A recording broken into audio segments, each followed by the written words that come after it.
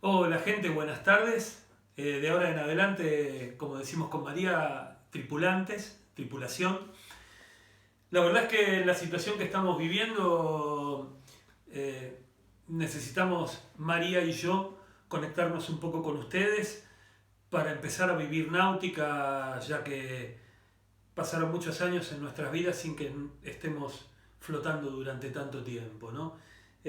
Así que viendo cómo van transcurriendo las cosas, se nos ocurrió que podíamos hacer videitos cortitos, de 3 a 5 minutos, para acercarle alguna anécdota, algún cuento, algo que tenga que ver con la navegación o alguna pequeña clase técnica de alguna cosa que pueda resultar interesante y que nos vaya acercando un poquito más a los barcos.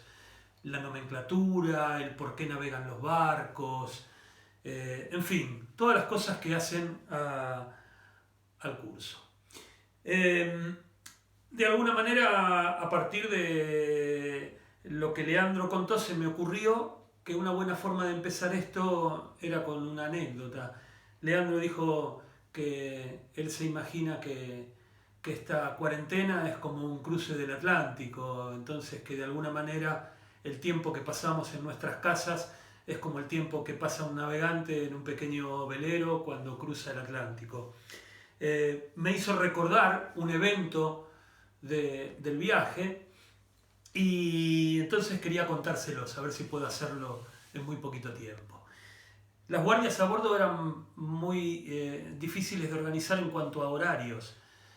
Cuando hacíamos guardias nocturnas de 2 horas, nos ocurría que el bar, que digamos, cada vez que uno dejaba una guardia y tomaba la guardia, sentía que necesitaba descansar un tiempo que después no era tal. O sea, esas 2 horas de sueño se pasaban muy rápido y las guardias empezaron a ser muy densas, muy difíciles de sostener con 2 horas por turno.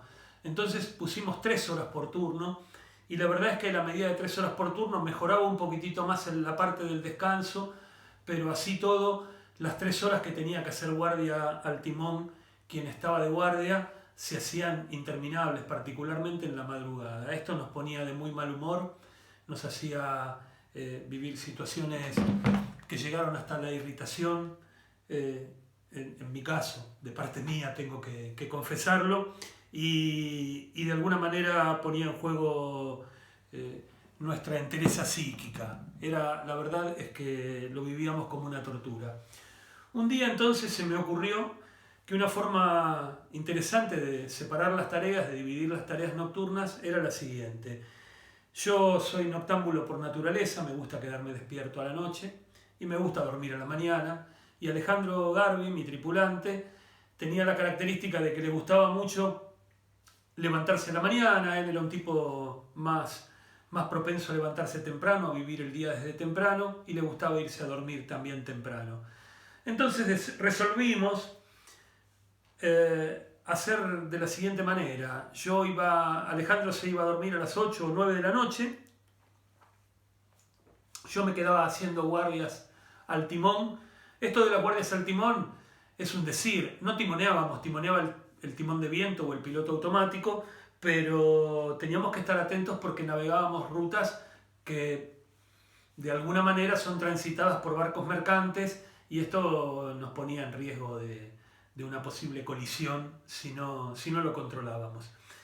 Entonces, normalmente yo a las 12 de la noche me iba a dormir y ponía el despertador a las 4 o 5 de la mañana.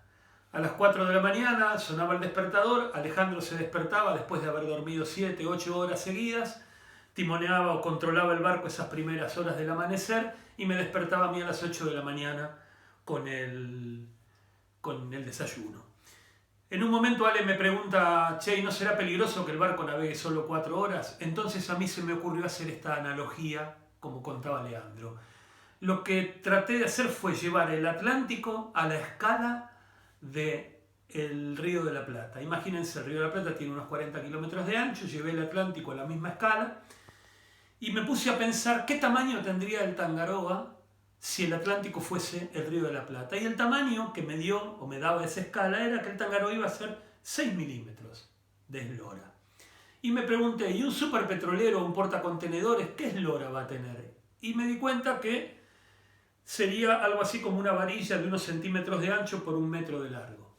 Entonces me imaginé una varilla de madera de 1 metro de largo por unos centímetros de ancho y un pedacito de pajita de escoba de milímetros de largo, y dije, ¿qué probabilidades hay que esta pajita en el medio del Río de la Plata choque con esta madera? Y se me ocurrió que eran pocas. Eso me hizo decirle a Alejandro, mira, naveguemos a nuestra suerte 4 horas por día porque las posibilidades de que haya un accidente de ese tipo, una colisión, son mínimas. Y así fue.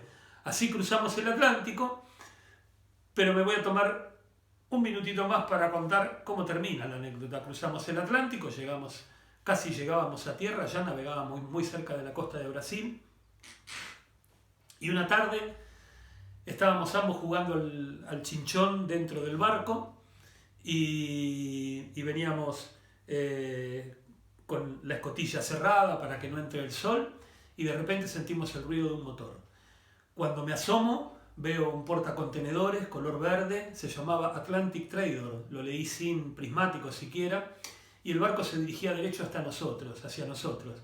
En el momento en que lo vi salí con la ropa de agua, color roja, empecé a hacer señas para saludar a quienes habían venido a nuestro encuentro, según lo que yo pensaba, y el barco pasó al lado nuestro, miré con prismáticos a su puente de mando y el puente venía vacío. El barco venía con piloto automático y el radar funcionando, que por supuesto por el tamaño de nuestro barco y el margen que utilizan los radares en el mar, no aparecía en la pantalla de él.